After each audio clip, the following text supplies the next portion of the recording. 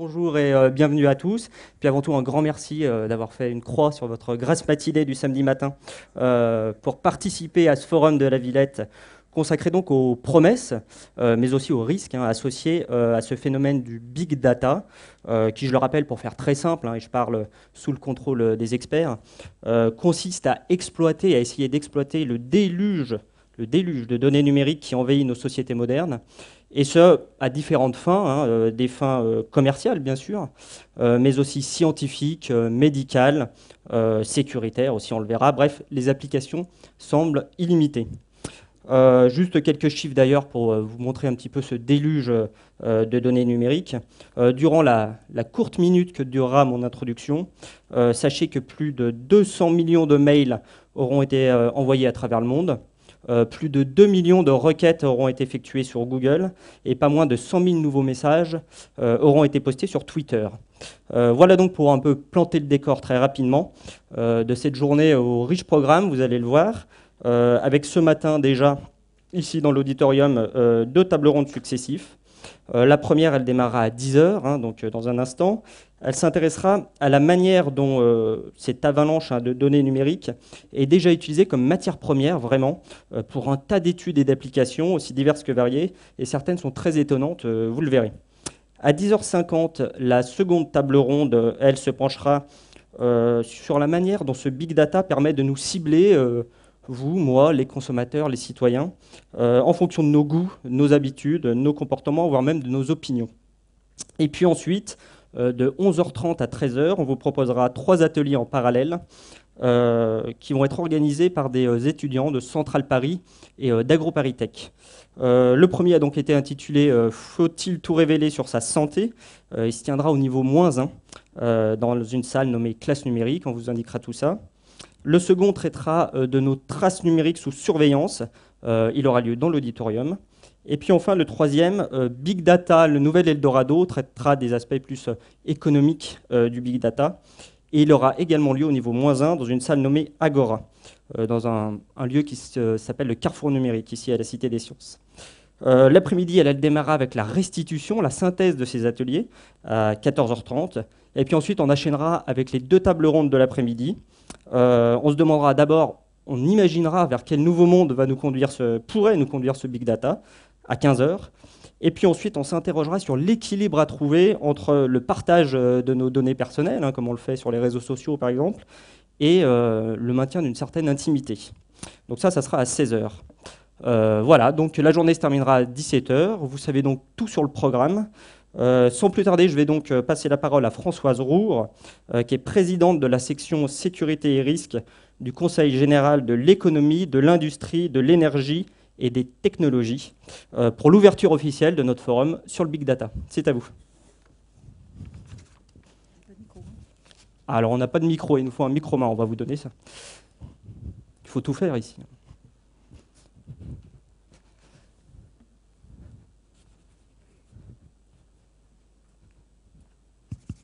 Je crois que ça marche. Voilà, donc merci pour l'invitation à ouvrir ce colloque forum. Merci également pour la présentation qui vient d'être faite. Alors, donc, j'appartiens au Conseil général de l'économie, de l'industrie, de l'énergie et des technologies, donc, qui est présidé par le ministre de l'économie, de l'industrie et des affaires numériques.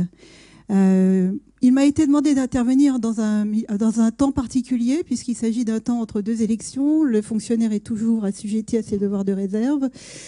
Donc, en principe, nous n'expédions que les affaires courantes. Donc, je vais prendre quelques risques à m'exprimer librement, en essayant effectivement de parler clair. Et lorsque je déraperai un peu, je vous prierai de bien vouloir voir sur ma tête un autre chapeau, qui est celui de chercheur associé au Centre d'études des techniques de la connaissance et des pratiques de l'Université de Paris. Voilà, donc l'exercice est un peu délicat aujourd'hui, mais bon, j'accepte le challenge. Alors, les mégadonnées, puisque le journal officiel de la République française du 22 août 2014 a publié un avis. Et donc, les big data s'appellent maintenant des mégadonnées. Et leur définition, ce sont des données structurées, ou non, dont le très grand volume requiert des outils d'analyse adaptés. Alors, Moi, j'aurais complété par les problématiques de stockage et de traitement, et pas seulement d'analyse, hein, puisqu'il s'agit effectivement de capturer, ensuite de traiter, parfois en temps réel, mais pas uniquement, et ensuite de traiter des données qui peuvent être fusionnées, c'est-à-dire qui sont d'origine très très variée, et dont la fusion, en vue d'un service, par exemple, donnera donc une utilité économique, financière, sociale, environnementale, etc. etc. Alors, ces big données, ou ces big data, mégadonnées, il est intéressant aujourd'hui de s'interroger sur leur potentiel. Pourquoi en débattre maintenant et publiquement? Ce sera le premier point que je vais évoquer. Le deuxième point, ce sera, faut-il avoir peur des mégadonnées? Quelles sont les menaces? Ce qui est une autre façon de parler des limites à fixer et de la régulation peut-être optimale qui peut être recherchée en ce domaine-là. Et le troisième point, ce sera comment mettre les mégadonnées au service de l'utilité sociale et quelles opportunités est-il raisonnable d'attendre des mégadonnées. Tout ceci sera traité dans les ateliers qui suivront de manière précise. Alors, premier point, donc pourquoi interroger les mégadonnées et leur potentiel et pourquoi en débattre maintenant et publiquement? Je crois que c'est vraiment au cœur de l'intention de ceux qui ont préparé ce colloque. Alors, le passage à l'échelle industrielle de la collecte des données, donc anytime, anywhere, any device, donc en tout temps, en tout lieu et par tout moyen, crée un phénomène de société sans précédent. Alors, je voudrais vous poser juste une question pour voir si vous êtes actif dans l'écoute. Ce phénomène de société sans précédent, on s'en aperçoit avec peut-être deux anecdotes pour ouvrir. Le premier, c'est est-ce qu'il vous paraît surprenant lorsque un accident nucléaire majeur comme celui de Fukushima Daiichi se produit, que le lendemain, des personnes qui ont l'habitude de voyager voient arriver sur leur page écran une offre pour un hôtel à Fukushima? Voilà. Alors, est-ce que quelqu'un est surpris? Personne n'est surpris. Nous avons donc changé de monde, nous avons changé de société. C'est que nous sommes accoutumés au fait qu'on nous propose ce dont il est possible que nous ayons besoin. Or, plus personne n'est surpris en ce domaine. Peut-être un autre exemple près d'une actualité un peu plus lointaine, c'est lorsque Florence Artaud, malheureusement disparue, est tombée de son bateau, Search and Rescue, c'est-à-dire qu'il y a eu un système effectivement d'information qui a permis de la localiser exactement là où elle était, d'aller la repêcher. Bon, c'était aussi un peu surprenant parce que ça avait marché à l'époque, mais il faut voir que derrière ces événements, ces micro-événements, il y a donc des fusions de données qui permettent de rendre des services que l'on peut apprécier ou non, mais qui sont ceux-là. Il n'y a rien de magique. Il faut ouvrir la boîte ensuite pour regarder comment les plateformes de fusion de données fonctionnent, pour regarder au meilleur et au pire ce qui se passe. Voilà. Donc là, c'était les deux anecdotes peut-être que je voulais présenter. Donc ces données qui sont collectées présentent une valeur pour de nombreux acteurs, valeur économique et financière, valeur scientifique, valeur sociétale, valeur politique. Alors, les exemples de données publiques ou privées, individuelles ou d'entreprises, ouvertes ou fermées, sont multiples. Données médicales, bancaires, patrimoniales, données généalogiques, bon, on peut regarder cela aussi. Les données sur les comportements d'achat qui sont utilisées par les entreprises dans les relations avec leur environnement. Les données publiques également, cadastre, adresse, réseau routier, données d'information géographique par exemple, des communes, services en ligne, générateurs de données, puis les données scientifiques sur lesquelles je reviendrai. Alors y compris en matière d'agronomie, puisqu'on a AgroParisTech, là, avec les banques de données sur les plantes, la traçabilité de leur sélection, leur mutagénèse, dirigée ou non, voire l'historique des transgénèses pour les OGM. Vous voyez, donc les mégadonnées, en fait, l'infini est la limite, quoi. Alors, les mégadonnées sont un produit dérivé de toutes les activités qui peuvent être enregistrées et archivées. Mais de statut de produits dérivés, ces mégadonnées, leurs usages et ceux qui les maîtrisent deviennent maintenant des influenceurs dominants. Et c'est cette inversion subie qui peut être problématique et questionne ici et maintenant les démocraties. Leur format de ces mégadonnées, leur facilité d'usage, leur coût marginal relativement faible créent une tendance à automatiser d'abord, peut-être imposer ensuite, de façon que la norme soit le système qui sous-tend la mégadonnée et la marginalité, le comportement qui consiste à rester en dehors de ce système, c'est-à-dire opt-out. Les mégadonnées et les systèmes qui les sous-tendent créent, par facilité et attractivité, une logique de conformité ou de conformation, où l'expression de la liberté consiste à formuler explicitement le rejet, car l'option par défaut s'appliquant à tous a fini par devenir la norme. qu'elle était délibérée ou non, cette norme d'ailleurs. Le cas typique actuel qui a été mis en débat, c'est la banque de données sur les organes dans ce domaine. Sauf expression volontaire explicite contraire, les prélèvements pourraient être effectués sans qu'une autorisation préalable soit requise. Si je prends ces exemples, c'est pour vous donner une idée ou faire percevoir les inversions qui sont à l'œuvre au jour d'aujourd'hui. Voilà. Alors pourquoi débattre publiquement et maintenant de ces mégadonnées ? Eh bien parce que l'immense intérêt qu'elles représentent en termes d'opportunités et d'innovation, leur exploitation, lorsqu'il n'y a pas de contre-pouvoir efficace, leur exploitation est débridée. C'est-à-dire que nous sommes au service de l'imagination et non pas l'inverse. Ce n'est pas l'imagination qui est à notre service. Alors cela peut restreindre aussi parfois les libertés publiques ou même l'exercice indépendant de la justice jusqu'à un point de non-retour. Et c'est pourquoi les sociétés démocratiques, me semble-t-il, doivent mettre en débat public ces usages de mégadonnées pour séparer quoi ? Séparer le souhaitable, l'acceptable et le condamnable. Alors cette fusion de données est devenue massive dans tous les domaines, avec la traduction binaire des données que permet donc leur collecte, leur transfert et le stockage, est conditionnée à l'interopérabilité des formats, de façon à ce que ces fusions de données permettent de procéder donc à la création de services innovants. Alors il y a un enjeu très fort de normalisation, de description uniforme, d'accès aux données, pour de nombreuses raisons d'ailleurs, qui permettent donc l'enseignement, le co-développement, l'innovation responsable, etc. Mais ces pratiques se développent dans un monde.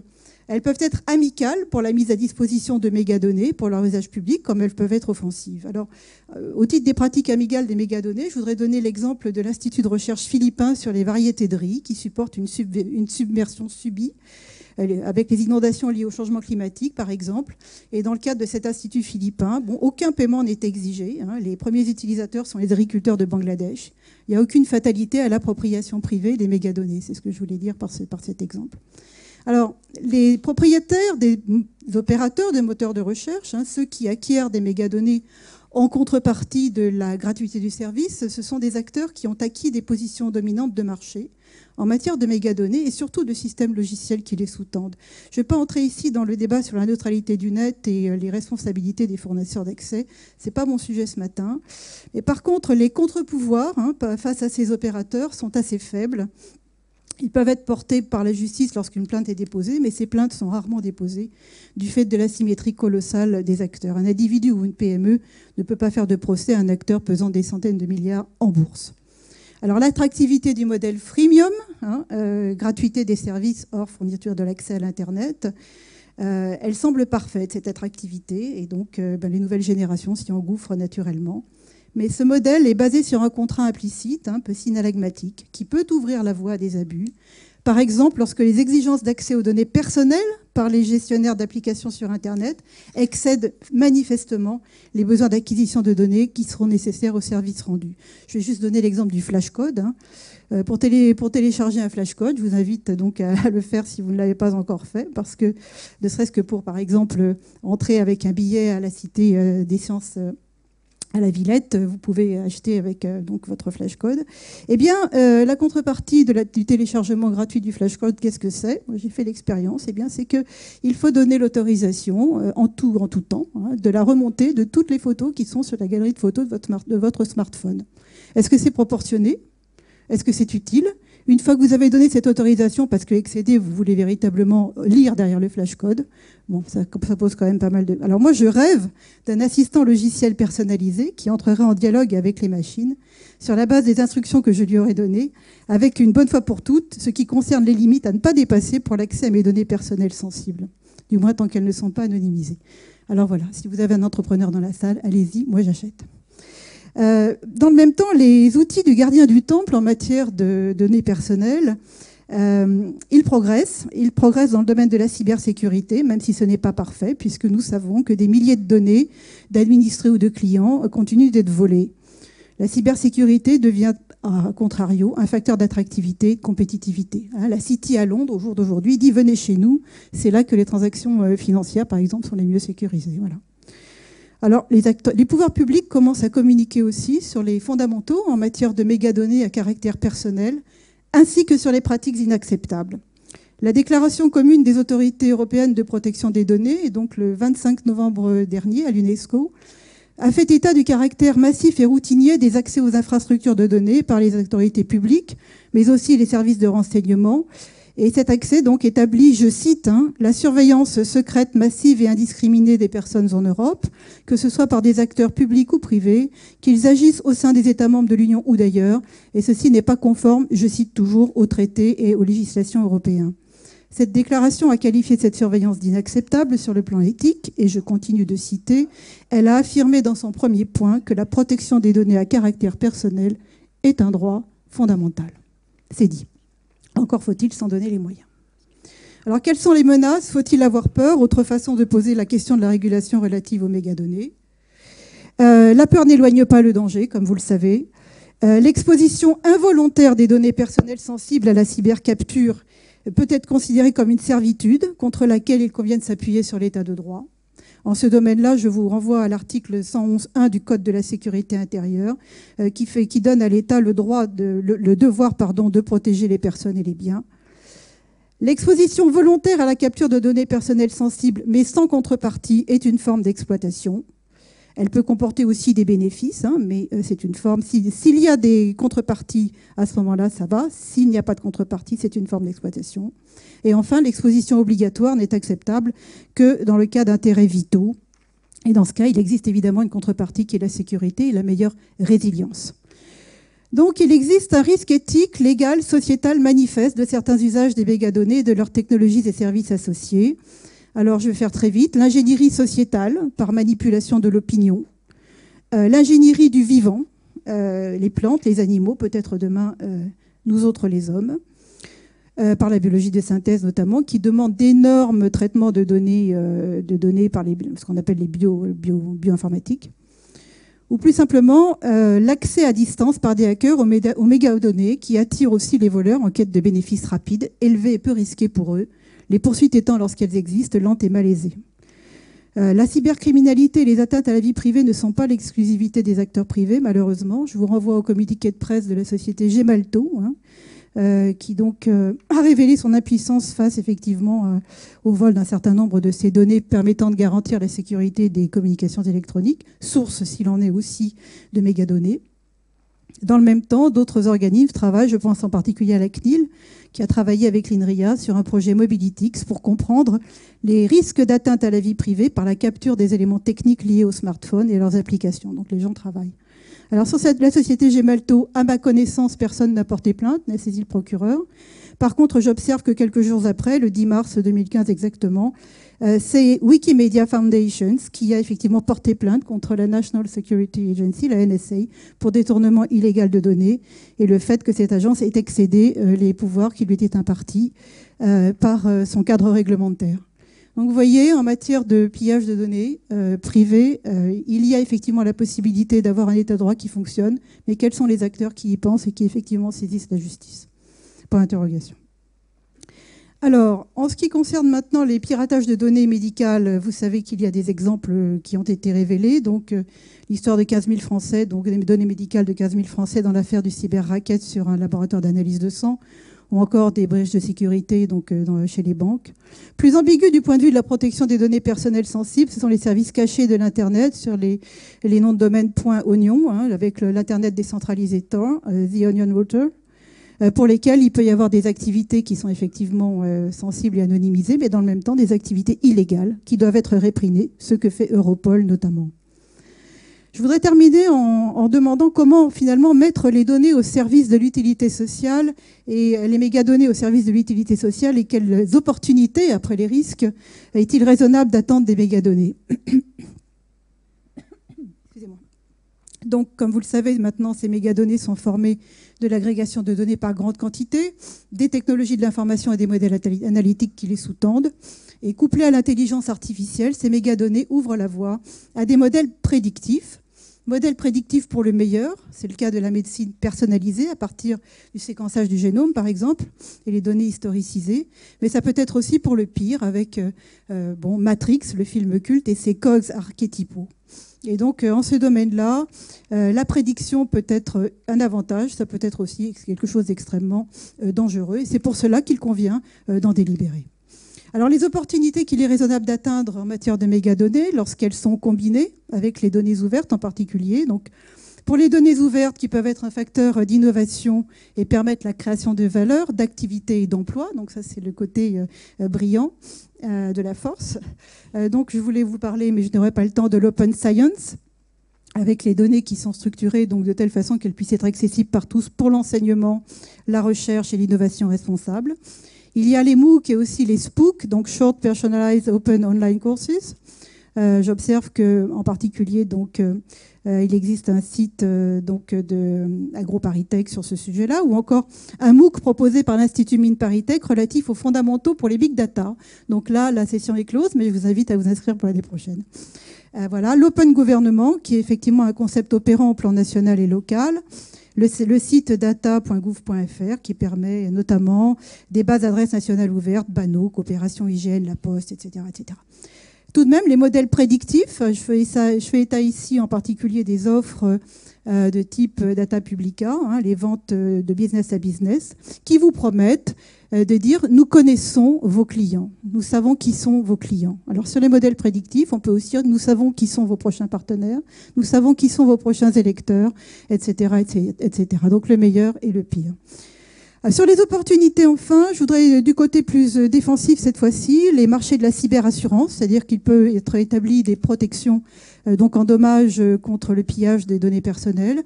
Alors ça progresse lentement pour les particuliers, mais les grands opérateurs s'auto-assurent et ils peuvent recourir en permanence à des services de prévention et de résilience qui sont sophistiqués mais aussi onéreux, à la marge de je dirais à la hauteur de ce qu'ils peuvent perdre. Ces marchés de cybersécurité sont en progression constante. Et c'est normal, puisqu'en fait, le hacking, lui aussi, est en adaptation et progression constante. Alors, les applications viennent aussi organiser la société, puisque les modèles prédictifs permettent de savoir quels sont les clients de demain. Ils peuvent peut-être aussi permettre de savoir qui sont les financeurs de demain, avec le crowdfunding. Le crowdfunding, donc l'agrégation de mégadonnées qui permettrait peut-être un ciblage de personnes susceptibles de contribuer au cofinancement, voire au don d'opérations d'intérêt local, sociétal, humanitaire, etc. Les techniques publicitaires qui ne pourraient prospérer sans les mégadonnées et qui optimisent aussi l'ingénierie sociale des comportements et des opinions. Donc il y a toujours le meilleur et le pire. L'Internet cyberphysique avec les manu-services, intégration de l'Internet que nous connaissons et de l'Internet des objets, donc vous aurez toute la journée pour en débattre. Aussi la production décentralisée avec le modèle data in, data out et un déplacement minimum de matériaux vivant sur des circuits courts. Et puis de nombreux services permettant d'améliorer la qualité de la décision, par exemple dans le domaine des réseaux électriques locaux et le fait de mesurer et de maîtriser sa consommation d'énergie. Donc il y a un certain nombre d'applications qui sont à intérêt, à utilité sociale très très forte et qu'il serait dommage de ne pas développer, bien entendu. Alors les mesures d'accompagnement par les politiques publiques, on a en vrac la certification de cybersécurité des logiciels par l'Agence nationale de sécurité des systèmes d'information. Alors pour les entreprises qui le souhaitent, mais aussi les opérateurs d'importance vitale, les opérateurs de l'État, il y a des éléments dans la loi de programmation militaire qui permettent également d'accompagner cela. Le projet de loi sur le renseignement, qui a aussi ses détracteurs, apporte des éléments. Notamment, il faudra attendre l'avis de la commission parlementaire de réflexion sur le droit et les libertés à l'âge du numérique, présidée par le député de la Nièvre, Christian Paul, pour connaître l'opinion de l'Assemblée nationale sur ce projet de loi. Et sur ce Patriot Act à la française, je voudrais citer donc un journaliste qui s'est exprimé sur le blog de lemonde.fr, et car je fais mienne son expression. Il s'exprimait le 12 janvier 2015, donc le lendemain de cette grande manif liée donc au massacre des journalistes de Charlie Hebdo. Rien de pire pour le droit que ces moments d'intense unanimité, que cette vague d'émotions qui submerge la raison. Or, le code pénal a les plus grandes difficultés à revenir en arrière. Les mesures exceptionnelles prises en temps de crise s'ancrent à jamais dans les textes. Peu à peu, les procédures dérogatoires prennent le pas sur le droit commun. Il s'agissait de M. Maurice Liscouette. Si jamais il est dans la salle, je le salue et je le remercie. Sur les mesures d'accompagnement par les politiques publiques, je voudrais également évoquer le futur paquet de l'Union européenne sur le marché numérique européen, donc qui comportera des dispositions relatives à la vie privée, aux données régaliennes. Donc si vous avez des idées, des recommandations, faites-les remonter, c'est le moment. Et puis pour les entreprises, la norme d'application volontaire ISO 27000, donc sur les audits de sécurité de l'information également, qui peuvent être très utiles en matière donc de gestion des mégadonnées. En conclusion, et j'ai un peu dépassé. La mise en débat public des mégadonnées, du contexte de leur constitution et de la diversité de leurs usages devrait, de mon point de vue, permettre l'expression libre des questions pertinentes et à fort enjeu pour la société et la prise en compte de ces questions par les pouvoirs publics ainsi que par toutes les parties prenantes. Pour moi, la vraie fracture qui est avérée, ce n'est plus la disponibilité des équipements des numériques ou même l'accès à l'Internet, c'est la constitution d'une bipolarisation de la société entre les acteurs qui seront capables de se protéger efficacement contre les abus, les usages abusifs, tout en profitant de tous les bénéfices des mégadonnées, et tous les autres qui ne le pourront pas. Et le laisser-faire, s'agissant de liberté publique, ce n'est probablement pas la réponse attendue, s'agissant d'abus d'ores et déjà constatés. Pour autant, de nombreuses applications des mégadonnées sont à forte utilité sociale. Elles sont présentes ou pressenties, et il serait bien dommage de s'en priver ou de devenir, par exemple, des importateurs nets de solutions dont la sécurité ne serait pas maîtrisée selon nos propres normes. Dans la recherche de ce juste milieu, ce forum de la Villette trouve ici et maintenant toute son utilité. Et je voudrais enfin terminer en disant que vous avez un titre sur Big Data, Adieu à la vie privée. En ce domaine-là, je vous inviterai donc à renouer avec le doute numérique et à désacraliser, à profaner la technique pour mettre en société et en culture cet intéressant développement que nous connaissons avec les big data. Je vous remercie.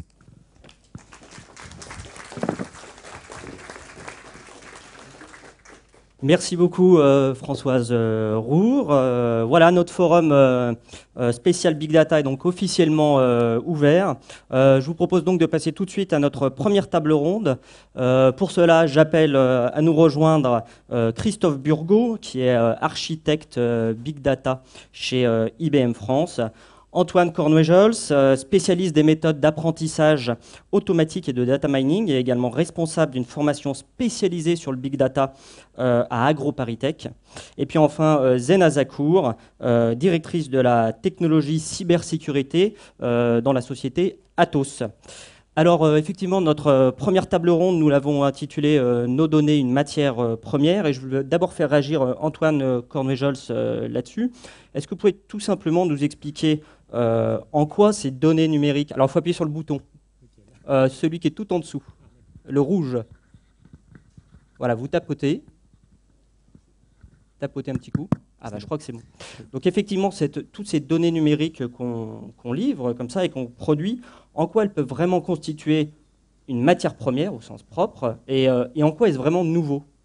Oui, alors peut-être qu'après le panorama que nous avons eu sur tous les enjeux sociétaux, moi je vais plutôt planter le décor d'abord d'un point de vue technique et expliquer qu'est-ce que c'est que le big data, peut-être du point de vue technique. Alors d'abord, ça résulte en fait de 3 mouvements ou de 3 évolutions non préméditées qui sont arrivées pratiquement simultanément.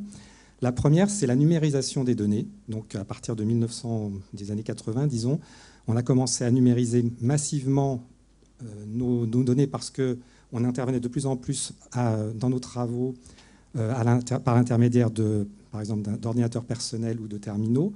Et puis, de plus en plus, on a des outils comme les appareils photo numériques qui ont produit donc des données sous format numérique. Alors ça joue beaucoup parce qu'à partir du moment où les données sont massivement exprimées dans un format numérique, ça permet bien entendu de les traiter et puis de les croiser. Et ce qu'il faut savoir, c'est que par exemple en 1980, il y avait environ 2% des données qui étaient numérisées sur l'ensemble des données détenues par l'humanité. Et actuellement, on estime que c'est 98%. Donc il y a eu un revirement complet. Et évidemment, comme on l'a souligné tout à l'heure, le volume des données croît de manière exponentielle, puisqu'on estime par exemple qu'en 2013, on a produit autant de données, entre guillemets, que tout ce qui avait été produit par l'humanité jusqu'en 2011. Donc voilà, ça donne une échelle. Alors ça, c'est le premier point. Et ce qu'il faut savoir, c'est qu'avec tous les capteurs qui nous entourent, on va produire de plus en plus de données, avec les objets connectés, etc. Le deuxième point, c'est le fait qu'il y a eu également le développement de réseaux, les réseaux informatiques. Et au début, il n'était pas prévu que ce soit des réseaux qui soient massivement disponibles pour le public. Et puis l'arrivée du World Wide Web dans les années 90 a rendu l'accès au réseau complètement facile pour tout le monde. Et donc, du coup, il y a eu un développement massif et le fait qu'on puisse tous échanger des données, que vous puissiez avoir vos données distribuées n'importe où dans le monde. Donc ça, c'est le deuxième facteur. Et le troisième, qui est concomitant, c'est le développement aussi des capacités de calcul, qui est phénoménal, puisque vous avez sans doute tous entendu parler de la loi de Moore, qui dit qu'en gros, et c'est vrai depuis 50 ans, la capacité de calcul, la puissance de calcul augmente et doublée tous les 18 mois. Et en plus, actuellement, il y a toutes ces technologies qui permettent d'utiliser le cloud computing. En fait, n'importe qui d'entre vous peut, par exemple, faire distribuer des calculs sur 1 millier de machines chez Amazon pour quelques euros à l'heure. Donc c'est vraiment extrêmement facile pour tout le monde. Alors, ces trois mouvements-là, en soi, sont nouveaux. Ils sont concomitants, mais ce n'est pas du big data, ça. Le big data, il intervient vraiment quand on croise les données. C'est-à-dire que c'est ça qui est nouveau, c'est qu'on soit capable, enfin en tout cas que ce soit la possibilité technique qui arrive, de pouvoir prendre des données de sources très multiples, hétérogènes. Ça peut être des données de climat, des données boursières, des données de distribution d'intrants dans les champs, et de croiser tout ça pour produire de nouvelles informations. Alors ça, c'est le big data. Ensuite, il s'accompagne également d'un changement de démarche complet dans la production de connaissances scientifiques ou de connaissances tout court, qui est qu'avant que tout ça intervienne, typiquement la démarche scientifique, c'était de se dire, est-ce que je peux mettre en rapport une variable avec d'autres variables? Est-ce qu'il y a une corrélation entre ces variables? Et donc je posais une question en me demandant, est-ce qu'il y a un rapport entre cette pathologie et le fait de fumer, par exemple? Et puis je constituais un échantillon pour cette question. Je faisais une régression linéaire ou n'importe quel traitement statistique. Je regardais si c'était statistiquement significatif. Et si ça l'était, j'avais découvert quelque chose. Maintenant, on ne va plus faire ça du tout. Avec les nouvelles possibilités, on va lancer des algorithmes sur nos machines et on va demander aux machines de trouver à l'aveugle des tas de corrélations, toutes les corrélations qu'elles vont trouver. Donc ça va en faire un paquet énorme, dont beaucoup d'ailleurs ne vont pas être très pertinentes. Et puis c'est après coup qu'on va essayer dedans de trouver, par exemple, de segmenter les consommateurs ou de trouver des liens particuliers entre tel effet secondaire et tel médicament et telle pathologie. Donc voilà, il y a vraiment une évolution technologique, le fait qu'on puisse croiser les données entre elles, et cette nouvelle démarche qui n'est plus une démarche finalement ciblée par des questions, mais une démarche qui est complètement exploratoire et qui nous conduit ensuite à trouver des corrélations avec tout ce que ça peut donner.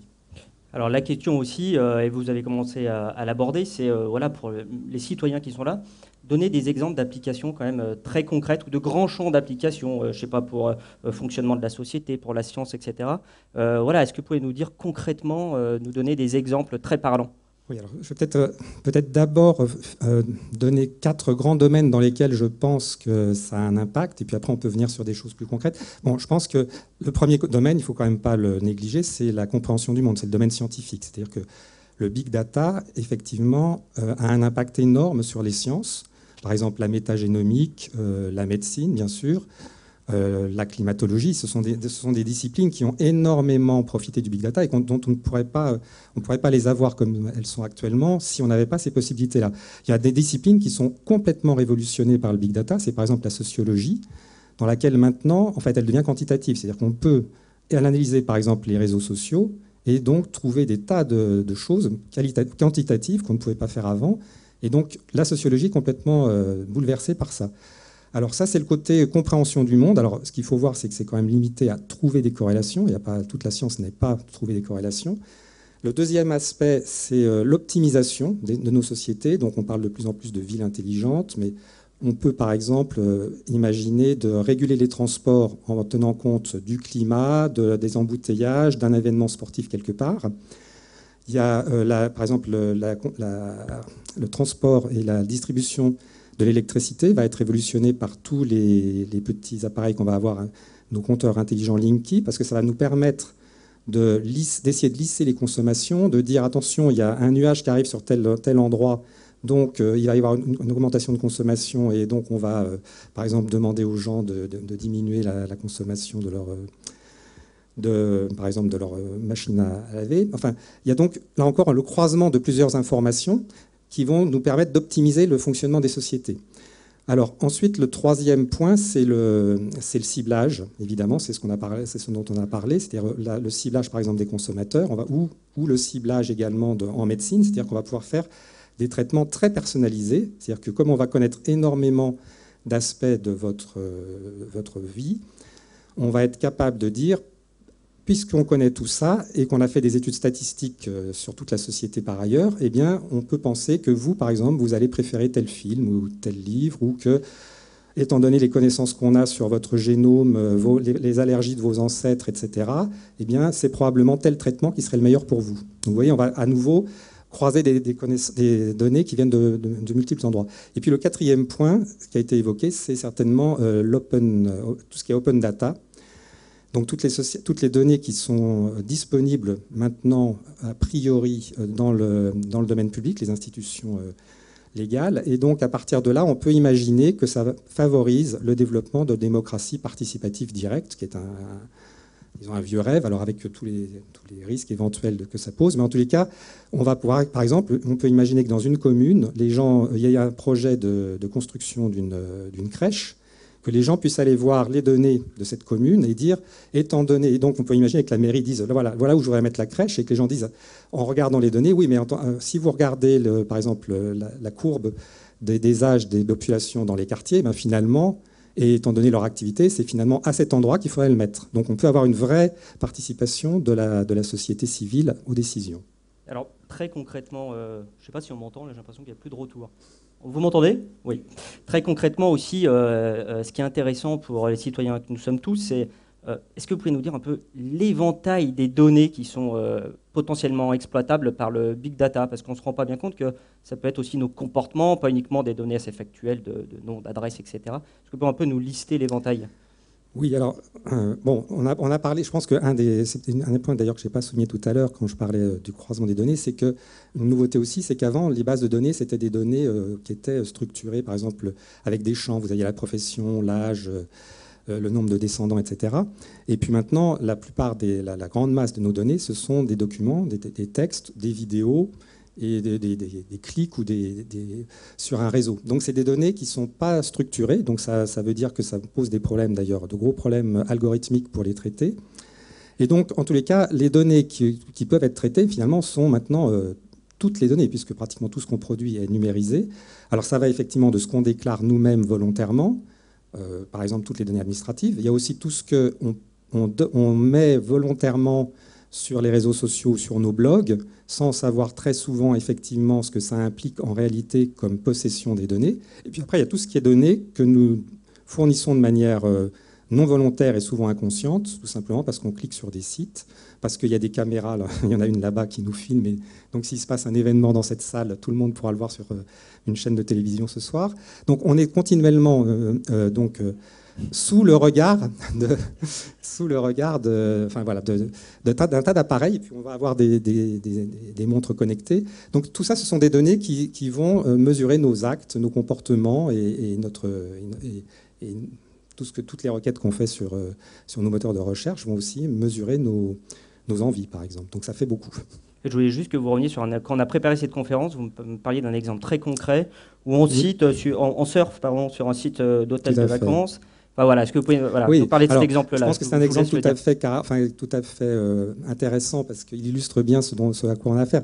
Par exemple, il y a une société américaine qui a développé un logiciel qui est tel que si vous faites une recherche sur un site, donc vous allez par exemple chercher un hôtel parce que vous voulez aller à Venise ou à Istanbul, vous allez donc faire cette requête très vite. Tout de suite, il y a une entreprise telle que Criteo, par exemple, qui va faire une enchère en ligne pour tous les annonceurs, par exemple, de location de voitures, et qui va dire, il y a un client qui actuellement est intéressé pour un hôtel à cet endroit, qui veut mettre une publicité pour son entreprise de location de voitures à cet endroit-là. Donc il va y avoir en quelques microsecondes des enchères qui vont être faites par évidemment des algorithmes. L'entreprise qui gagne les enchères va avoir le droit de mettre quelque chose sur le bandeau. Et à ce moment-là, ce qui va se passer, c'est qu'il y a un autre algorithme qui va aller chercher sur votre page Facebook le visage de vos deux meilleurs amis, ceux que vous avez mis comme meilleurs, et puis il va faire une chimère de ces deux visages, et il va coller cette chimère sur le bandeau publicitaire qui va vous recommander telle location de voiture. Et du coup, vous allez avoir quelqu'un que vous ne connaissez pas, qui vous recommande quelque chose, mais qui en même temps est un ami, c'est-à-dire quelqu'un à qui vous faites confiance. Et tout ça, c'est fait en quelques dizaines de microsecondes. Donc c'est typique du big data, au sens où, à nouveau, il y a croisement d'un tas de sources de données hétérogènes, et tout ça en temps réel pour vous ciblez d'un certain côté pour le meilleur, peut-être, et pour le pire aussi.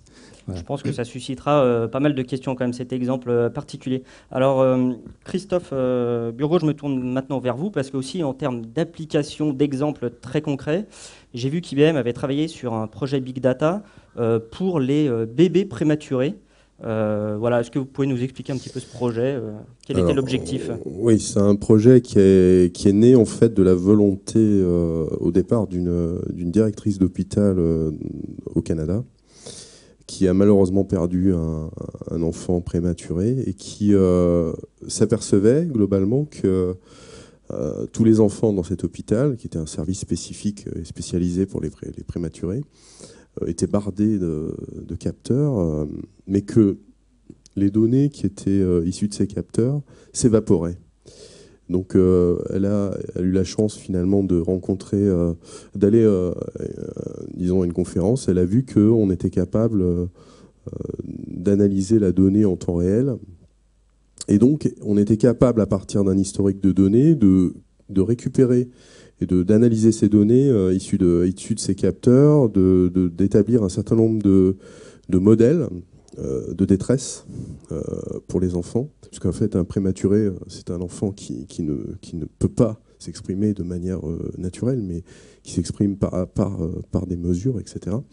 Et donc, l'idée était de pouvoir capter en fait cette information et d'appliquer ce modèle en temps réel. Donc, l'usage de ces données et de cette capacité a fait que on était capable de prévenir 24 heures à l'avance un certain nombre de détresses chez ces enfants et donc permettre aux équipes médicales de réagir très rapidement, puisque dans cet exemple, enfin, il faut réagir très très vite, parce qu'un enfant prématuré, il est extrêmement chétif, et puis donc il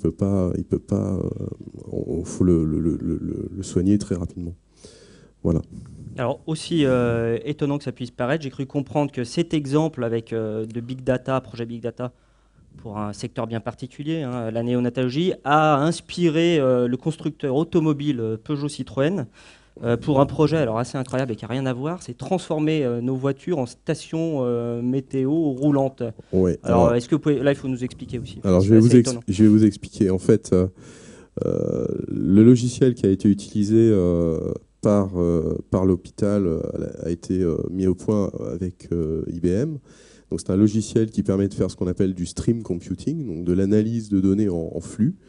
Il se trouvait que la personne chez IBM qui est le fondateur et l'un des créateurs de ce logiciel, qui est chez nous ce qu'on appelle un IBM Fellow, hein, il s'appelle Monsieur Nagui Halim. Il se trouvait qu'il était sur la France et qu'on a pu lui faire rencontrer en fait la direction informatique de PSA. Et donc, il a comment essayer d'exprimer, un peu expliquer ce qu'on pouvait faire avec les données, ce qu'on appelle des données de capteurs, hein, puisque c'est exactement ça.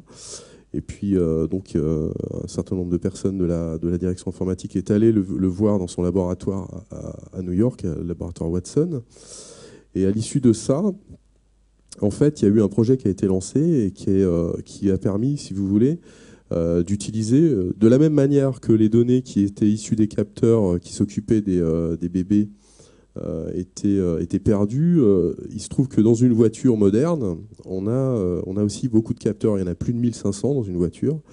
Alors beaucoup sont des capteurs qui ont une fonction interne à l'usage au fonctionnement de la voiture, mais un grand nombre sont utiles pour par exemple, prévenir des pannes, etc. Donc tout un tas de choses ont été mises en place, un certain nombre de projets ont été mis en place.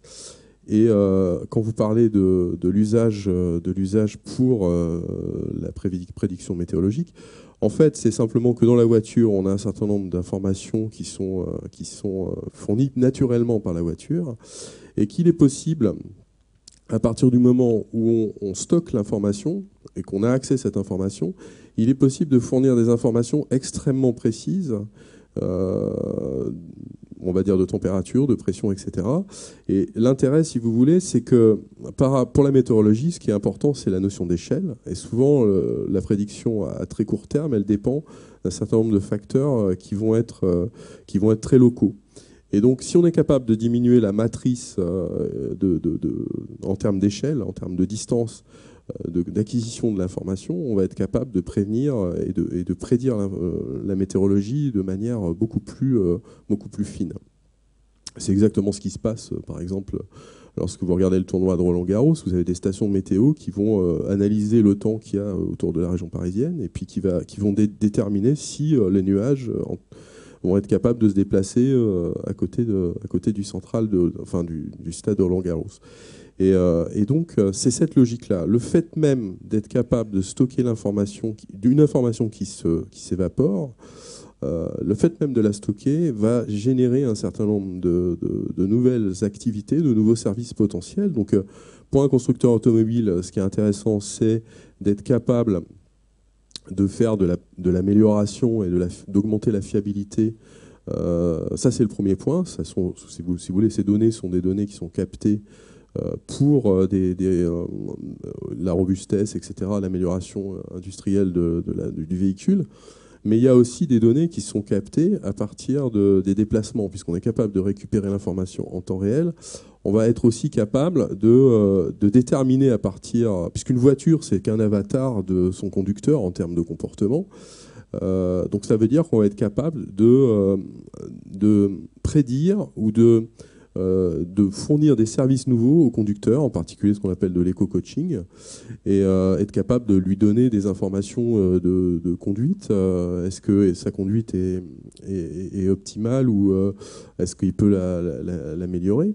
Et puis, on peut imaginer tout un tas de nouveaux services, et c'est ça qui est intéressant dans ce domaine-là. Il y a des services, comme on l'a dit, il y a toujours le pour et le contre, le bien et le mal, entre guillemets, puisque c'est humain, mais il y a un certain nombre de services intéressants qui vont arriver, et en particulier l'usage de ces données qui sont évidemment des données individuelles, mais qui, agglomérées et agrégées, vont pouvoir donner des tendances. À la conduite, par exemple, on va être capable de déterminer la manière dont les véhicules fonctionnent en Ile-de-France, par exemple, dans des grandes agglomérations. Je rejoins l'exemple qu'avait donné M. Cornujol. Ce qu'on appelle, entre guillemets, le smarter cities, c'est-à-dire la capacité de mixer un certain nombre d'informations en temps réel d'individus qui sont en train de rouler dans une voiture, de façon à mieux organiser la circulation dans une agglomération, de prévoir un certain nombre de problématiques de turbulence, enfin d'embouteillage, etc. Donc ça vient en fait en complément et c'est généré simplement par le fait qu'on stocke les données et qu'on les analyse. En termes de surveillance du comportement de l'automobiliste, par exemple par des assureurs, alors avec son accord peut-être, est-ce que ça peut... effectivement, des assureurs peuvent récupérer des données sur notre conduite, si j'ai une conduite trop sportive, etc. Effectivement, et adapter les primes d'assurance. C'est un exemple d'usage de la donnée issue des véhicules, c'est que alors évidemment, c'est toujours pareil. Moi, quand je le dis, je suis un technicien, donc je connais la technologie. Par contre, je ne vais pas donner les garde-fous, qui sont des garde-fous légitimes, sur l'usage. Ce qu'on sait, c'est que les données sont anonymisées et qu'on ne va pas utiliser la donnée d'un individu particulier. Par contre, les données mises en perspective, agrégées, vont permettre de dégager un certain nombre de comportements, de groupes de comportements, et qui vont être vraiment intéressants pour évidemment des assurances, parce que derrière, on va avoir un calcul de risque qui sera facilité. Donc le fait même de stocker la donnée, le fait même de la récupérer, va permettre de créer des nouveaux services. Et aujourd'hui, si vous voulez, un des marchés importants qui arrive avec le big data, c'est que la donnée devient une richesse et devient quelque chose qui peut se revendre. Donc évidemment de manière anonymisée. Donc on ne travaille pas sur un individu, on travaille sur des groupes. Et c'est ça qui est assez entre guillemets révolutionnaire de ce point de vue-là. Alors, il y a aussi le volet sécurité. Je me tourne vers vous, Zena Zakour. Chez Atos, vous travaillez à la sécurisation des données personnelles traitées par les outils de Big Data. Alors, la première question, c'est quel type de données ça concerne? Contre quoi il faut les protéger concrètement? Bref, voilà les principaux risques en matière de sécurité. Oui, effectivement. Donc, avec le big data, comme mes collègues Est-ce l'ont dit. que vous entendez bien? Le micro marche bien? Oui. Oui. Donc, effectivement, avec le big data, on traite des données hétérogènes. Ça peut être des données personnelles à caractère nominatif. Ça peut être des données de smart meter, des données industrielles ou autres. Et on fait ce fameux mix et ces analyses algorithmiques dessus. Le point clé pour nous au niveau de la sécurité, c'est de pouvoir comprendre déjà à la source cette intégrité des données. Nous sommes en train de récupérer des données. Si les données à la source sont de mauvaise qualité ou même malicieuses, il pourrait avoir un impact important sur le résultat. Et bon, une campagne marketing, c'est pas ce qui est le plus grave, mais là, on est en train de parler le big data pour la recherche et le développement. On est en train de parler du big data dans la maintenance prédictive et prévisionnelle. Et là, toute décision qui va suivre à partir de ces données de l'analyse qui a eu lieu peuvent avoir un impact sur le système d'information d'une entreprise. Un autre point important, qui dit big data, on dit des données qui sont dupliquées, clonées et utilisées et stockées dans différents endroits. Donc je dois pouvoir garantir l'intégrité de cette donnée source, mais aussi de la donnée là où elle a été copiée et là où elle est utilisée dans différents endroits. Et ça, c'est un vrai problème pour les entreprises si on ne pense pas à la sécurité à la source quand on fait ces solutions de big data. Un autre point important également en termes de risque, c'est la confidentialité de ces données quand même. Donc on est en train de parler de données qu'on récupère, qu'on traite. Qui a le droit d'accéder à ces données? Même en interne, dans une entreprise qui est en train de stocker, d'utiliser et d'analyser, qui peut se connecter? Est-ce qu'on est sûr qu'on a bien appliqué le principe du moindre privilège? Uniquement les personnes nécessaires, on doit se connecter pour uniquement accéder à une partie des données ou du système pour faire leur travail administratif. Est-ce que je suis sûre que j'ai mis les mécanismes pour protéger des accès illicites externes également? Donc il y a toutes ces problématiques liées à la confidentialité des données. Et bon, c'est pas seulement bien sûr le big data, on le sait maintenant, il n'y a plus de risque zéro parce qu'on vit dans un monde connecté. Mais le big data rend la problématique plus compliquée parce que c'est une approche où on met la donnée dans le cloud et on duplique les données. Et puis je pense que le troisième point qui est assez important, c'est les risques liés à la non-conformité réglementaire. Donc, on a parlé de données, on a même parlé d'utiliser des données, par exemple, pour des besoins d'assurance ou autre. Il y a la réglementation. Est-ce que j'ai le droit déjà de récupérer les données que je suis en train de les récupérer, d'en faire l'usage dont j'ai l'intention d'en faire? Et est-ce que je suis sûre qu'en termes de réglementation, dans les pays où cette donnée est stockée, où cette donnée est aussi transférée? Donc c'est là, en fait, toute une problématique réglementaire qu'il est important de prendre en compte également. Et j'en reviens toujours à la question des citoyens que nous sommes. Vous, chez Atos, donc vous protégez ces données personnelles. Les risques majeurs, mais très concrètement, c'est quoi? C'est des risques d'usurpation, de vol de données pour usurpation d'identité, de vol de code de carte bleue. Est-ce que vous pouvez nous lister un peu, peut-être par ordre, les principaux risques très concrets? Oui, comme on a dit, le plus simple, c'est la partie vol de données, carte bleue, vol de données bancaires, pour après, bien sûr, les utiliser et à des fins malicieuses. Un deuxième point qui est très important, c'est également accéder à des données pour les utiliser pour faire un rebond dans ma réflexion d'attaque. Donc, on a évoqué l'exemple de Gemalto, qui n'est pas la seule société qui a subi des attaques. Ce n'était pas vraiment Gemalto en elle-même, les données internes de Gemalto, c'était les données de recherche technique de Gemalto pour pouvoir aller et espionner et attaquer les citoyens ou un groupe de citoyens particuliers. Un autre point important également, c'est qu'actuellement, quand on est face à ce qu'on appelle, nous, du crime organisé, le cybercrime, ce n'est plus juste des personnes qui ont envie de faire tomber un réseau, de pénétrer dans le réseau d'une entreprise. Là, c'est du crime organisé. On veut pénétrer dans une entreprise, voler des données qui ont une valeur inestimable financière et puis aller les revendre sur un marché noir qui est très bien organisé. Et donc, quand il y a une attaque particulière qui cible soit des individus, le grand public, on est en train de parler de voler des données financières, de faire une usurpation d'identité par la suite, c'est un exemple clé d'une attaque à grande envergure. Il y a un autre type d'attaque également, si on cible une entreprise particulière. Et là, on a parlé le problème du rebond, qui peut utiliser le big data en lui-même, parce que dans le big data, je suis en train de centraliser des données particulières, de grouper des données. Donc, si je parle d'un opérateur qui a groupé les données d'une entreprise qui a souscrit pour que toute leur flotte mobile soit chez cet opérateur-là, qui utilise du big data derrière. Il me suffit de prendre les données du big data. Je n'ai pas besoin nécessairement d'avoir plus de détails que de savoir que c'est pour cette entreprise-là, avoir les numéros de téléphone des personnes et autres. Après, faire une usurpation d'identité pour entrer dans cette entreprise et pouvoir à ce moment-là voler des données de l'entreprise finale. Et c'est à se demander aussi si même des entreprises internationales, parce qu'on a vu Sony par exemple qui s'est fait voler des données, est-ce qu'ils ont bien pris la mesure de ce problème? Est-ce qu'ils ont vraiment les mécanismes pour la sécurité? Parce que là, ils se sont fait voler des données très sensibles. Quand on préparait cette table ronde, vous me disiez que ce n'était pas la première fois, c'est la 4e ou 5e fois. Bref, il y a un déficit de connaissances sur les moyens de sécurité disponibles aujourd'hui?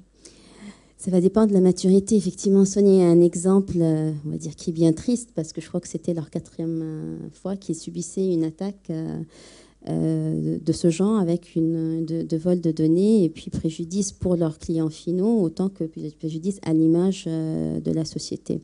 Et puis surtout, aux États-Unis, il y a des lois qui mettent des pénalités financières. Non seulement il faut faire endommager les personnes fines, le grand public, mais aussi il faut payer des pénalités quand on subit ce type d'attaque. Ça dépend vraiment de la maturité de chaque société. Moi, ça fait plus de 15 ans que je fais de la sécu. Au tout début, quand on parlait sécurité avec les entreprises, c'était « mais nous, on est tranquille, ça arrive aux autres, ça n'arrivera jamais à nous ». Maintenant, quand on voit les entreprises, ils se disent « c'est arrivé aux autres, je ne veux surtout pas que ça arrive à moi ». Donc aidez-nous, parce qu'on sait qu'il n'y a pas le risque zéro. Si je vous parle au niveau des attaques sécurité, les dernières études, par exemple à Pricewaterhouse, ils ont évoqué qu'il y a plus de 110 000 attaques par jour. Donc, on parle de 40 millions d'attaques par an, vraiment cybersécurité, d'attaques pour vol de données. Et ça fait un chiffre qui fait peur. Oui, ça donne la mesure de l'ampleur du phénomène. Exact. Alors, il y avait un point intéressant. Vous m'avez dit, moi, j'aimerais aussi parler du fait que le big data peut, à l'inverse, être utilisé pour renforcer la sécurité de nos données personnelles. Donc, est-ce que vous pouvez nous dire quelques mots là-dessus Tout à fait, parce que nous, quand on fait la sécurité, donc moi je suis plutôt spécialisée cybersécurité, et mon objectif, c'est 110 000 attaques par jour, du moins celles qui ciblent mes clients, de pouvoir les détecter. Et pouvoir les détecter, c'est comme si j'étais en train de chercher une aiguille dans une botte de foin. Comment une attaque est organisée? L'attaque, c'est pas, qu'on peut voir parfois dans certains films, je vais essayer de deviner des mots de passe, le nom de jeune fille ou la date de naissance. Non, ce sont des attaques organisées. On essaye d'exploiter des failles techniques dans les systèmes pour mettre un pied dans une entreprise. Et comme je disais, là, on veut être en mode silencieux, on ne veut pas être découvert pour pouvoir après entrer, chercher où se trouvent des données importantes et les voler dans cette entreprise-là. Donc, comme c'est des activités organisées, quand ils font ce type d'action, ils le font d'une manière organisée et dans le temps. Ils sont patients. Donc, pour essayer de détecter qu'est-ce qui est en train de se passer, il faut que je puisse analyser tous les éléments qui sont en train de remonter de tous les équipements techniques. Et là, je suis en train de parler de milliards de lignes de log qui sont remontées par ces machines-là. Et là, il y a peut-être une seule ligne qui me dit que quelqu'un a essayé de faire une action qui, en général, on ne la voit pas, c'est quelque chose qui n'est pas normal. Et ça, on ne le détecte pas, sauf si on a ce genre de solutions de sécurité qui peuvent corréler, agréger ce type de données et surtout les traiter avec des algorithmes, des analyses et des fonctionnalités analytiques avancées pour pouvoir, en se disant, voilà, les fonctionnalités analytiques, l'étude de comportement des pirates, pouvoir à ce moment-là détecter, relever une alerte et à ce moment-là directement intervenir pour bloquer. Oui, c'est un bel exemple d'un outil technologique, le big data, qui peut être utilisé de bonnes fins, de mauvaises fins. Tout dépend de ce qu'on en fait, quoi, finalement. Exactement. Je vous propose, il est 10h35, la table ronde se terminera à 10h50. Si vous avez des questions pour nos 3 intervenants, n'hésitez pas. Je crois que des micros sont à votre disposition. Alors, je ne sais pas qui s'occupe de la distribution des micros. Voilà, il vous suffit de lever la main. On est entre nous, il n'y a pas de mauvaises questions. Toutes les questions sont les bienvenues, soit sur les aspects de sécurité, les différentes applications dont on a parlé. Voilà, je vois déjà une première main qui se lève. Alors par contre, si une règle importante pour toute la journée, si possible des questions courtes et puis aussi des réponses courtes des intervenants, parce que vous voyez, on a peu de temps à chaque table ronde pour les questions, donc pour en prendre un maximum, merci de respecter cette règle. Allez-y, je vous en prie. Vous voulez... Je crois que ça marche. Allô ? Oui, c'est bon. On n'a pas parlé du machine learning. Alors, on a des données massives, on découvre des tendances. On a un peu parlé de prévision, mais on n'a pas parlé du danger de l'intelligence artificielle. Voilà. C'est-à-dire qu'il y a Stephen Hawking qui voyait tout ce big data avec l'intelligence artificielle comme un loup pour l'humanité. Antoine Cornejols. Oui, alors là, on mélange, je pense, un peu deux choses. Le machine learning, c'est un ensemble de techniques qui vont plus loin que les statistiques classiques. Dans les statistiques classiques, on fait des hypothèses sur des distributions de probabilité, et puis ensuite on regarde si on peut trouver de manière nette ou pas ces distributions de probabilité dans les données. Dans l'apprentissage automatique, comme on dit en français, on a des techniques qui ne s'appuient pas, ou moins, sur ces présupposés statistiques, mais qui vont chercher des corrélations de manière très large, éventuellement des signaux faibles, par exemple, on en parle là pour détecter des intrusions dans des systèmes, ou bien quand on cherche le boson de Higgs dans les données du LHC. Mais c'est des techniques qui, disons, le danger du machine learning ou de l'apprentissage automatique, c'est surtout que ça va donner énormément de corrélations et que beaucoup d'entre elles vont être absolument non pertinentes. Et donc c'est pour ça que c'est important de former des ingénieurs spécialisés, des data scientists, parce qu'il faut être capable de comprendre les limites, les capacités et les limites de cela. Alors le point sur Stephen Hawking, là on parle de je ne sais plus comment ça s'appelle, enfin la singularité et le transhumanisme. Là c'est un peu différent, c'est l'idée d'une convergence entre l'humain et la machine. Et à un moment donné, d'abord, on pense que la machine aurait des capacités supérieures à l'homme vers 2045, disons, et puis il y aurait cette convergence totale qui ferait que on ne saurait plus très bien où est la frontière de l'humain. Et voilà. Mais c'est quand même deux choses différentes, à mon avis. Enfin, disons qu'actuellement, l'apprentissage automatique, ça ne mène pas inéluctablement, et ce n'est pas l'objectif, d'aller vers cette singularité. Oui, alors je laisse à ceux qui distribuent les micros décider l'ordre de passage. Voilà, on va prendre une deuxième question. Oui, on entend? Oui. Alors, comme d'habitude, je dis merci Universcience. C'est un sujet passionnant que les big data, que je connais très mal. Ma question, basique. Et en plus, un exemple que j'ai vécu dernièrement. Qui est propriétaire, c'est un exemple, des mails que j'envoie? Qui est propriétaire? Moi, par exemple, je n'en sais rien. Et je vais vous donner un exemple. J'ai un de mes amis qui, hier, a failli se faire voler une somme énorme.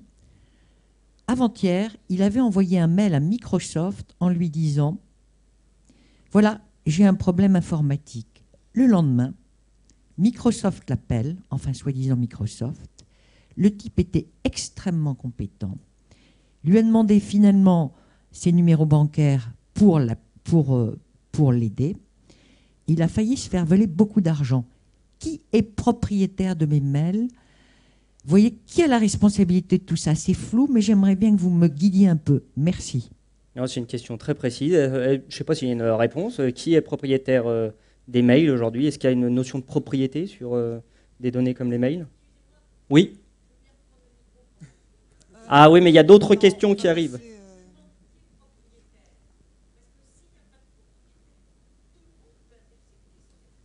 Voilà, donc est-ce que quelqu'un veut répondre là-dessus, peut-être sur les aspects de sécurité? D'un point de vue, sécurité et interception. Le propriétaire, un email appartient à une personne nominative. Donc ce sont vos mails à vous, vous êtes en propriétaire. Par contre, les données sont stockées soit sur vos PC, votre PC à vous, soit dans l'entreprise, je ne sais pas avec qui il est abonné pour son adresse email, donc ils sont stockés dans différents endroits. Par rapport à la sécurité, le problème, c'est qu'il aurait pu très bien avoir un problème sur son PC à lui. Quand il a envoyé un mail, il a déjà un malware qui est sur son PC, qui a déjà tout intercepté et envoyé. Tout comme ça peut être également, je suis abonnée sans citer, mais les grands fournisseurs de services email, et c'est eux qui se sont fait attaquer. Donc il y a ces deux volets.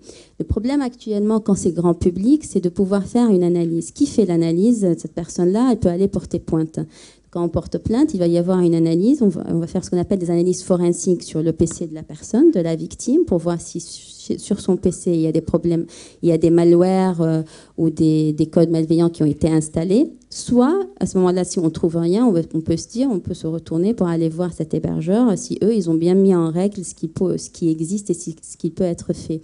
Madame Roy a évoqué la cyberassurance et elle a parlé que tous les opérateurs maintenant souscrivent à une cyberassurance, ce qui est tout à fait vrai. Donc fournisseur de services email, la majorité ont déjà souscrit à ce type d'assurance pour qu'au cas où c'est chez eux le problème, c'est eux qui n'ont pas bien sécurisé les données de la personne finale et qui ont été volées, ils peuvent à ce moment-là payer des dommages et intérêts aux victimes. On va prendre la question suivante, s'il y en a une. Oui. Oui, bonjour. On a beaucoup parlé des données en tant que particulier. Qu'en est-il des données concernant les employés dans une entreprise, ou plus précisément le lien entre big data et ressources humaines? Alors, les données concernant les employés dans l'entreprise, Christophe Burgot, un mot là-dessus ou pas? Est-ce que c'est des problématiques qu'on vous pose chez IBM? Je vais essayer de répondre, mais c'est un problème compliqué. Les données, je ne sais pas quel est exactement le sens de la question, parce que vous parlez des données, qu'en est-il des données d'employés? En fait, effectivement, les mails que vous utilisez dans le cadre professionnel sont des mails donc à caractère professionnel. Maintenant, il est toléré dans les entreprises d'utiliser sa messagerie professionnelle pour envoyer des mails personnels. C'est toléré. En tout cas, chez IBM, c'est toléré. Voilà, donc je ne sais pas trop quoi vous dire. C'est pareil, les données que vous avez sur vos emails, chez nous, c'est notre système d'information qui gère les mails, sur lesquels effectivement on a un certain nombre de sécurités qui sont appliquées. Et on a une politique de sécurité extrêmement sérieuse. Donc on a nos PC par exemple sont cryptés, etc. De façon à prévenir évidemment Alors c'est pour nous protéger nous, mais c'est aussi pour protéger nos clients.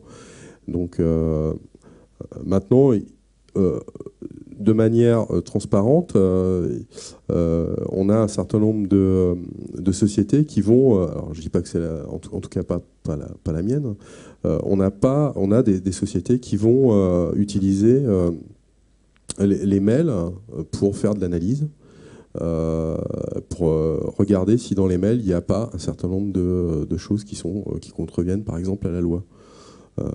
Utiliser par exemple son email pour avoir des comportements, des conversations qui sont en dehors du cadre professionnel.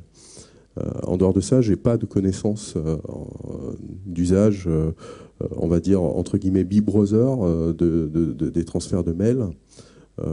Des mails pour à des fins, on va dire, par exemple utilisés pour licencier des personnes, etc. Donc ça, c'est totalement interdit. Voilà ce que je peux dire. Maintenant, après, c'est une question qui est extrêmement compliquée. La loi, elle existe, donc on essaye de rester dans le cadre de la loi. Après, si vous avez des sociétés qui sont en dehors de la loi, elles sont en dehors de la loi. Et donc là, c'est pour rebondir sur ce que disait Madame Roure, c'est à vous, en tant que personne, de éventuellement porter plainte pour un usage abusif de vos données générées dans votre cadre professionnel. On va prendre une autre question, s'il y en a une. Oui, bonjour à tous. J'ai une question sur le caractère anonyme. Vous avez dit à 2 reprises que les données, qu'on traitait des données de groupe et non pas des données d'individus. Et vous avez cité le mot d'anonymisation des données. Dans quelle mesure cette opération est garantie pour le citoyen et quelles sont les chances d'être réidentifié? Ça, c'est la première question. Et la deuxième question, c'est qu'en tant que citoyen, comment peut-on avoir, ou c'est une illusion de vouloir avoir un inventaire de l'ensemble des données qui traînent sur nous, et comment finalement peut-être contrôler un peu les informations qui effectivement sont captées. Voilà, donc c'est une question un peu vaste, j'en ai conscience, mais si vous pouvez nous donner quelques éléments techniques. Je suis sûr que les intervenants vont réussir à synthétiser leurs réponses. Alors peut-être déjà sur l'anonymat, est-ce qu'il est vraiment garanti ou pas? Déjà, c'est exigé par la loi. Il faut anonymiser les données, ce n'est pas un choix. Tout ce qui est des données à caractère nominatif doit être anonymisé. Après, il y a un point qui est aussi important, ce qu'on a parlé, comment nous, les individus, on peut se protéger. Il y a parfois cette petite case-là qu'on coche sans lire qu'est-ce qu'il y a derrière, qui est important de lire quand on est en train de surfer sur le net.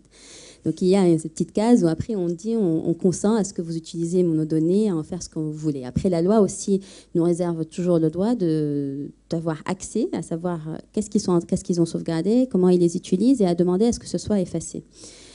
Dans le big data en question, un point qui est important pour que toute société qui utilise du big data soit conforme à la réglementation, c'est à la source de savoir quel genre de données on est en train de prendre. Est-ce que j'ai le droit déjà de traiter ce type de données et d'en faire l'acquisition, oui ou non? Ça, c'est un point important. Un deuxième point qui est important également pour être conforme à la loi, c'est de, comme on a dit, anonymiser ces données, de leur enlever leur caractère personnel pour ne pas traiter les personnes, mais les groupes de personnes. Techniquement, les mécanismes existent, les solutions existent, et les sociétés doivent le faire. Quand ils sont en train de traiter des données personnelles, ils sont obligés de mettre en place ce genre de mécanisme pour être conformes à la loi. Donc, je pense qu'il y a une session l'après-midi qui va être dédiée aussi sur la CNIL. Mais il faut savoir que, également, grâce à la CNIL, maintenant, dans les grandes entreprises, ils sont obligés d'avoir ce qu'on appelle un Data Protection Officer. Donc, c'est une personne qui a la responsabilité de s'assurer que les données à caractère nominatif, que ce soit des salariés ou toutes données à caractère nominatif utilisées dans une entreprise, sont utilisées conformément à la loi. Donc, de s'auto-auditer et de s'assurer que tout ce qui est en train de se faire est nominatif. Et puis, on a bien beaucoup d'exemples de la CNIL qui a fait des audits, qui a trouvé des non-conformités et dont les sociétés ont été obligées de payer des pénalités. Donc, je pense que nous, en tant qu'individus, on a une responsabilité de savoir sur quel site je suis en train de me connecter. Est-ce que j'accepte à ce qu'on utilise mes données selon aussi la réputation potentielle. Je suis dans une société qui a quand même une bonne charte éthique ou pas, et puis aussi les entreprises qui mettent en place ce genre de solution, ils ont la responsabilité légale déjà de bien anonymiser et de bien être conforme à la loi dans quel genre de données je prends, comment je les traite, je les anonymise et que je puisse les tracer pour pouvoir les supprimer si la personne concernée demande à ce que leurs données soient modifiées ou supprimées. Alors le deuxième point, c'est une question bien légitime, c'est est-ce qu'on peut avoir un inventaire de toutes les données personnelles sur nous qui traînent sur Internet? Est-ce que c'est impossible parce que c'est complètement éparpillé? Est-ce qu'on peut le demander aux différents acteurs? Est-ce qu'il y a des réponses là-dessus? Du côté d'IBM, Antoine Courgevoie, je pense que c'est une question qui est intéressante s'il n'y a pas de réponse. C'est que... Je vous laisse prendre le micro. Enfin, je ne pense pas qu'il y ait vraiment de réponse. Je pense qu'il y a pas mal de sociétés qui se sont créées justement pour aller... Il y a des sociétés, j'ai vu il n'y a pas très longtemps, des sociétés qui sont là pour faire, par exemple, de l'effacement. Donc, qui efface des personnes parce que, justement, tout à l'heure, Madame Zacour parlait de la capacité, enfin, des nouveaux services que fournissent les assureurs, par exemple, pour vous aider lorsque vous avez été abusé de manière malicieuse ou par rapport à l'usage de vos données. Et donc, il existe aussi, pour des personnes qui, par exemple, auraient subi des diffamations qui ne sont pas justifiées, il existe des manières d'effacer et de manière tout à fait légale. C'est-à-dire que vous pouvez, à la suite d'un jugement, par exemple, par un tribunal, vous pouvez demander à ce que vos données soient effacées si elles sont dans le domaine de la diffamation ou de la contre-vérité. Parce qu'effectivement, il y a aussi des aspects qui sont importants, c'est les aspects justement de la perception de votre identité sur le web. Et parfois, vous avez le pour et le contre, vous avez des contre-vérités qui sont en permanence véhiculées, et vous avez le droit d'exiger à ce que ces contre-vérités soient effacées. Donc c'est aussi un des aspects importants et des réflexions publiques là-dessus. C'est justement de faire évoluer la loi de façon à ce qu'on puisse avoir des actions de manière... Et que certains grands acteurs du web, qui ne sont pas forcément présents de manière physique sur le territoire, donc le territoire français par exemple, puissent, disons, respecter la loi du territoire sur lequel la personne a subi une action diffamatoire. Donc ce sont des actions qui sont faites assez régulièrement, de façon à ce que, par exemple, des profils soient fermés, soient effacés, et qu'on puisse avoir un recours. Donc voilà, c'est ce que je pourrais dire. Je vois que nos intervenants de la prochaine table ronde arrivent, donc il est 10h51, on est dans les temps. Voilà, on va donc passer à notre deuxième table ronde intitulée « Comment sommes-nous ciblés ?» Merci à nos 3 premiers intervenants qu'on peut applaudir, je crois, pour le temps qu'ils nous ont consacré.